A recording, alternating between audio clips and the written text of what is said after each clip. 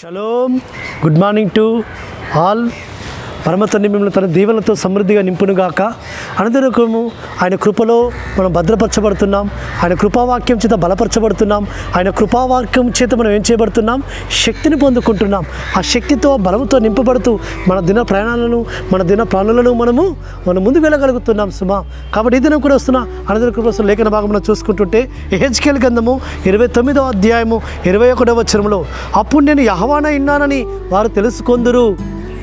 అవును ప్రియులారా, ఇజ్రాయేలుకు పరమతండ్రి ఎలోహిముగా ఉండి వారిని అన్య జనుల నుంచి వారిని చెదిరిపోయిన వారిని సమకూర్చి వారి కొమ్ము చిగురింపజేసి వారిని ఆశీర్వదించి దీవించి వారి నోట ఆయన మాటలు ఉంచి ప్రపంచమంతటికి కూడా ఇజ్రాయెల్ దేశమును ఒక మాదిరిగా ఉంచి రోల్ మోడల్గా ఉంచి వారి ద్వారా పరమతండ్రి ఆయన తన యొక్క ప్రత్యక్షతను కనపరుచుకుంటున్నాడు.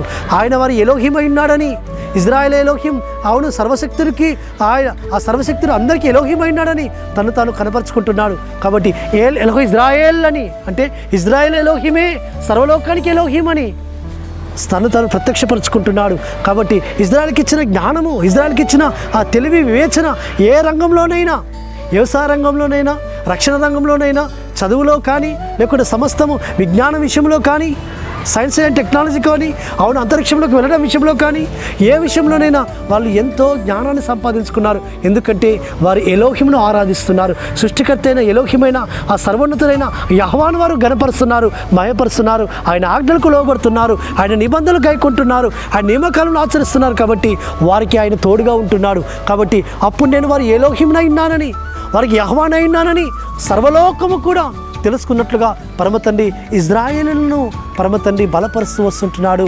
వారికి అన్ని విధాలుగా సహాయం చేస్తున్నాడు. కాబట్టి ఇజ్రాయెల్ కాపాడువాడు, కొనుక్కోడు నిద్రపోడు. చూడండి, వారికి ఇచ్చిన ఆ యొక్క మిలిటరీ కానీ, వాళ్ళకి ఇచ్చిన టెక్నాలజీ కానీ, వాళ్ళకి ఇచ్చిన ఆ యొక్క సమస్తము జ్ఞానం విషయంలో, రక్షణ విషయంలో జ్ఞానము చూడండి ఎంతగా వాళ్ళు ఎంత టెక్నాలజీ కలిగి ఉన్నారు. ఆ టెక్నాలజీతో శత్రువులు ఏ విధంగా ఓడిస్తున్నారో. కాబట్టి సమస్త దేశాలు కూడా చూసి నేర్చుకుంటున్నాయి, తెచ్చుకుంటున్నాయి, వాళ్ళ దగ్గర నుంచి కొని తెచ్చుకుంటున్నాయి. కాబట్టి మన దేశం కూడా ఇజ్రాయెల్తో స్నేహబంధం ఏర్పరచుకొని వాళ్ళ దగ్గర ఉన్న టెక్నాలజీని మనం తెచ్చుకొని మనం యూజ్ చేసుకుంటున్నాం. ఎందుకంటే యెహోవా వారికి తోడుగా ఉన్నాడు, యెహోవా వారితో కూడా ఉన్నాడు, యెహోవా వారి మధ్యలో నివాసం చేస్తున్నాడని సర్వలోకము కూడా తెలుసుకుంటుంది తద్వారా. కాబట్టి నేను యెహోవానై ఉన్నానని వారు తెలుసుకుందరు. సర్వలోకము కూడా ఇజ్రాయెల్కు ఎలోహిముని యెహోవా తోడుగా ఉన్నాడని తెలుసుకున్నట్లుగా ఆయన తన శక్తిని, తన బలమును, తన జ్ఞానం నుంచి వారిని నిలబెట్టుకుంటున్నాడు. తన యొక్క ఆ శక్తిని ఆయన ప్రత్యక్షపరచుకుంటున్నాడు. సర్వలోకం కూడా అటు విధంగా తెలుసుకుంటుంది. అటు విధంగా పరమతని మనం కూడా కనపరుచుకును గాక.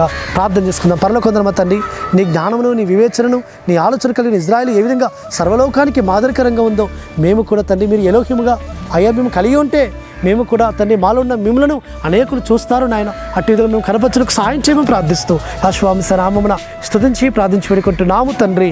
ఆమేన్. సర్వోన్నతుడైన యాశ్వామిస కృపా కనికరము నిరంతరం తోడుగా ఉండి మనల్ని నడిపించును గాక. ఆమేన్.